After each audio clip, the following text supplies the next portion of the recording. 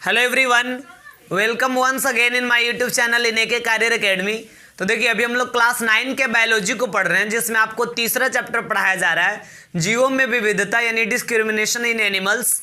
और इसमें पिछले वीडियो में हम आपको बताए थे कि जितने सारे भी मतलब जीव जंतु पाए जाते हैं या इसमें प्लांट्स वगैरह, उसको हम बांटे थे 5 भाग में, 5 कैटेगरी में डिवाइड किए थे।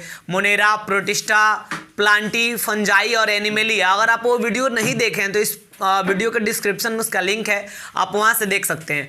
और आज के वीडियो में हम आपको बताने वाले हैं पादप जगत के बारे में, प्लांट किंगडम के बारे में। तो 3 वीडियो होगा प्लांट किंगडम पे, और उसके बाद हम लोग जंतु जगत पढ़ेंगे तो उस पर तो बहुत सारा वीडियोस बनेगा। बट प्लांट किंगडम को आप पहले अच्छा से समझिए। देखिए प्लांट किंगडम की अगर हम बात करते हैं तो सबसे पहले कि एक वैज्ञानिक थे जिनका नाम था आइकलर। आइकलर नाम था एक वैज्ञानिक का, और ये 1883 ईस्वी में क्या किए कि ये जो प्लांट किंगडम है ना, यानी जो पादप जगत है जिसमें तरह तरह के पौधों को, अलग अलग पौधों के गुण के आधार पर, मतलब पौधों की जिस प्रकार की क्वालिटीज़ है उस प्रकार के आधार पर पौधों को अलग अलग डिवाइड करके अलग अलग कैटेगरीज उसका बनाए। तो 1883 में आइकलर के द्वारा पादप जगत का डिवीज़न किया गया। तो देखिए इनके अनुसार जो है पादप जगत को 2 भागों में बांटा गया, 2 पार्ट्स में डिवाइड किए ये। और ये 2 पार्ट कौन कौन था पहले ये समझिए। तो देखिए इनके अनुसार 2 पार्ट बनाया गया था, जिसमें एक था क्रिप्टोगैम्स, एक पौधा का पार्ट था जिसका नाम था क्रिप्टोगैम्स, और दूसरा पादप जगत का हिस्सा था फेनरोगैम्स। क्रिप्टोगैम्स और फेनरोगैम्स। अब यहाँ पे ये जो क्रिप्टोगैम्स है इसको फिर से 3 भाग में बांटा गया, यानी क्रिप्टोगैम्स को भी हम 3 पार्ट में डिवाइड कर सकते हैं, जिसमें एक होता है थैलोफाइटा, फिर इसके बाद इसमें दूसरा होता है ब्रायोफाइटा, फिर इसके बाद तीसरा होता है टेरिडोफाइटा।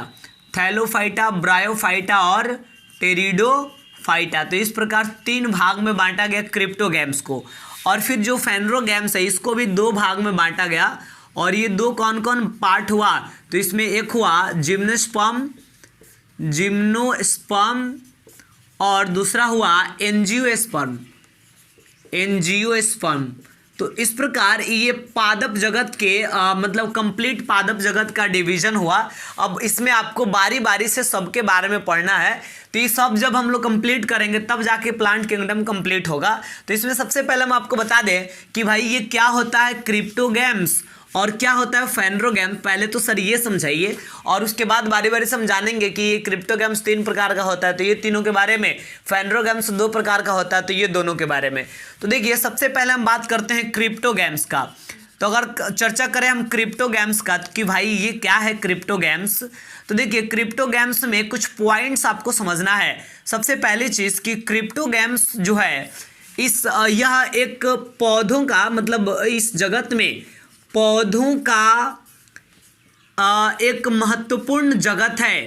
पौधों का यह एक महत्वपूर्ण जगत है जिसमें बहुत सारे प्लांट्स को, बहुत सारे पौधों को इसमें शामिल किया जाता है। क्रिप्टोगैम्स की बात करेंगे तो क्रिप्टोगैम्स में जितने सारे भी पौधे शामिल होते हैं वे सारे पौधे जो है उनका आकार काफ़ी छोटा होता है। यानी क्रिप्टोगैम्स में जितने सारे भी पौधे पाए जाते हैं उनका आकार काफ़ी छोटा होता है, यानी इसमें छोटे आकार वाले पौधों को शामिल किया जाता है। लेकिन देखिए क्रिप्टोगैम्स में सबसे खास बात जो जानना है वो आप ये समझिए कि क्रिप्टोगैम्स में बीज रहित, क्रिप्टोगैम्स का मतलब ही होता है बीज रहित पौधे। मतलब इसमें जितने सारे भी पौधे शामिल किया जाता है वैसे पौधे जो बीज रहित होते हैं, यानी जिन पौधों में बीज नहीं पाया जाता है उन्हीं पौधों को क्रिप्टोगैम्स के श्रेणी में रखा जाता है। और आगे चले तो हम आपको पहले ही बताएं कि क्रिप्टोगैम्स का जो आकार होता है बहुत छोटा होता है। यानी क्रिप्टोगैम्स जगत में जितने सारे भी प्लांट इसके अंतर्गत आते हैं सबका आकार काफ़ी छोटा होता है, और इतना ज़्यादा इसका आकार छोटा होता है कि वो अगर उस क्रिप्टोगैम्स के जगत के पौधा को जब आप देखिएगा ना तो आपको पता ही नहीं चलेगा कि उसका जड़ कहाँ है, उसका तना कहाँ है, उसकी पत्तियाँ कहाँ है। यानी क्रिप्टोगैम्स जो है जड़, तना और पत्तियों में विभेदित नहीं होती है, विभेदित नहीं होती है, ये आपको याद रखना है। यानी क्रिप्टो गेम्स जगत के जितने सारे पौधे हैं उन सारे पौधे में ना जड़ पाया जाता है, ना तना पाया जाता है, ना पत्तियां पाई जाती है, क्योंकि उसका आकार बहुत छोटा होता है, जिसके चलते ये तीनों स्पष्ट होता ही नहीं है। आगे चले तो इसमें आपको समझना है क्रिप्टो गेम्स के बारे में कुछ और चीज़ कि भाई जब इसका आकार काफ़ी छोटा है तो इसको संवहन उत्तक की भी आवश्यकता नहीं पड़ती है। यानी इसमें संवहन उत्तक भी नहीं पाया जाता है। मतलब क्रिप्टो गेम्स जो समूह है पौधों का, इसमें संवहन उत्तक भी अनुपस्थित होता है, एब्सेंट होता है। मतलब इसमें संवहन उत्तक की जरूरत ही नहीं पड़ता। संवहन उत्तक का मतलब क्या, जाइलम और फ्लोएम जो होता है, जो पौधों के एक भाग से दूसरे भाग में जल, खनिज, लवण या खाद्य पदार्थों का परिवहन करता है, तो ये इसमें नहीं पाया जाता और इसकी आवश्यकता भी नहीं है क्योंकि इसका आकार बहुत छोटा छोटा होता है, इतना छोटा कि इसमें जरूरत ही नहीं पड़ता है कि एक जगह से दूसरी जगह तक भोजन को भेजना है या जल को भेजना है। इसमें विसरण के द्वारा यानी डिफ्यूजन के द्वारा ही सारा प्रोसेस जो है हो जाता है। अब आइए इसके बाद आगे चलते हैं और हम बात करें इसमें एक और चीज़ कि इसमें फूल भी नहीं पाया जाता है, इसमें बीज भी नहीं पाया जाता है और साथ ही साथ इसमें फल भी नहीं लगता है। यानी ये तीनों में कोई भी चीज़ इसमें उपस्थित नहीं होता, तीनों अनुपस्थित होता है। यानी क्रिप्टो गेम्स जो जगत है इसमें ना फूल लगता है, ना फल लगता है, ना ही बीज इसका होता है। तो ये तीनों चीज़ इसमें अनुपस्थित होता है। क्लियर हुआ इतना। अब इसके बाद हम बात करते हैं क्या होता है फेनरो गेम्स, इसके बारे में। तो देखिए अगर फेनरो गेम्स की चर्चा किया जाए तो ये भी काफ़ी आसान कॉन्सेप्ट है फेनरो गेम्स का। फेनरो गेम्स के बारे में भी कुछ ऐसी पॉइंट्स हमको समझना है। तो देखिए सबसे पहली चीज़ कि यह भी पादप जगत का यानी पौधा का एक विशेष समूह है, प्लांट्स का यह भी एक स्पेशल ग्रुप है, एक विशेष समूह है। इसमें देखा जाए तो इसमें आपको जानना है कि फेनरो गेम्स में जो भी पौधे पाए जाते हैं उसका आकार जो होता है वो बड़ा होता है। इसमें बड़े आकार के प्लांट्स जो है पाए जाते हैं। साथ ही साथ इसमें इसकी खास बात यह है कि इसमें जो भी पौधा होगा ना वो बीज युक्त होता है। यानी इसमें फेनरो गेम्स में वैसे सारे पौधों को शामिल किया जाता है जिसमें बीज पाए जाते हैं, यानी बीज युक्त पौधों को हम फेनरो गेम्स के ग्रुप में रखते हैं। फिर इसके बाद आगे चले तो फेनरो गेम्स का चूंकि आकार इसका बड़ा होता है, इसलिए जब आप इसमें देखेंगे ना तो आपको दिखेगा कि इसमें जड़ भी है, इसमें तना भी है और इसमें पत्तियां भी है।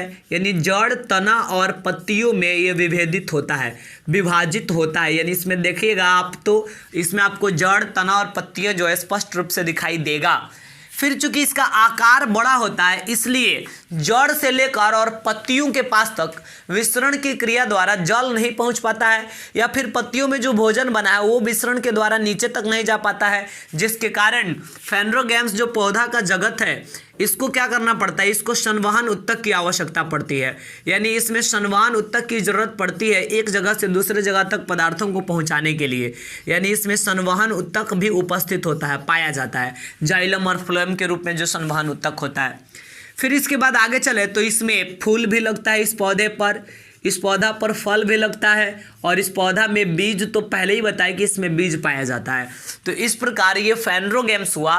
तो आपको समझ में आया कि क्रिप्टो गेम्स क्या है और फिर फेनरो गेम्स क्या है। तो देखिए आज के वीडियो में हम आपको बताएं कि पादप जगत जो होता है, आइकलर जो वैज्ञानिक थे उन्होंने ही 1883 ईस्वी में स्पष्ट किया था कि पादप जगत को दो भाग में बांट सकते हैं, क्रिप्टो गेम्स और फेनरो गेम्स। फिर क्रिप्टो गेम्स को 3 भाग में बांटा गया, फेनरो गेम्स को 2 भाग में बांटा गया। तो आज के वीडियो में हम आपको समझाएं कि ये क्रिप्टो गेम्स क्या होता है, फेनरो गेम्स क्या होता है। इस आज के वीडियो में हम इतना ही रहने देंगे और अगले वीडियो में हम आपको बताने वाले हैं कि जो क्रिप्टो गेम्स है इसको हम 3 भाग में बांट सकते हैं, थैलोफाइटा, ब्रायोफाइटा और टेरिडोफाइटा।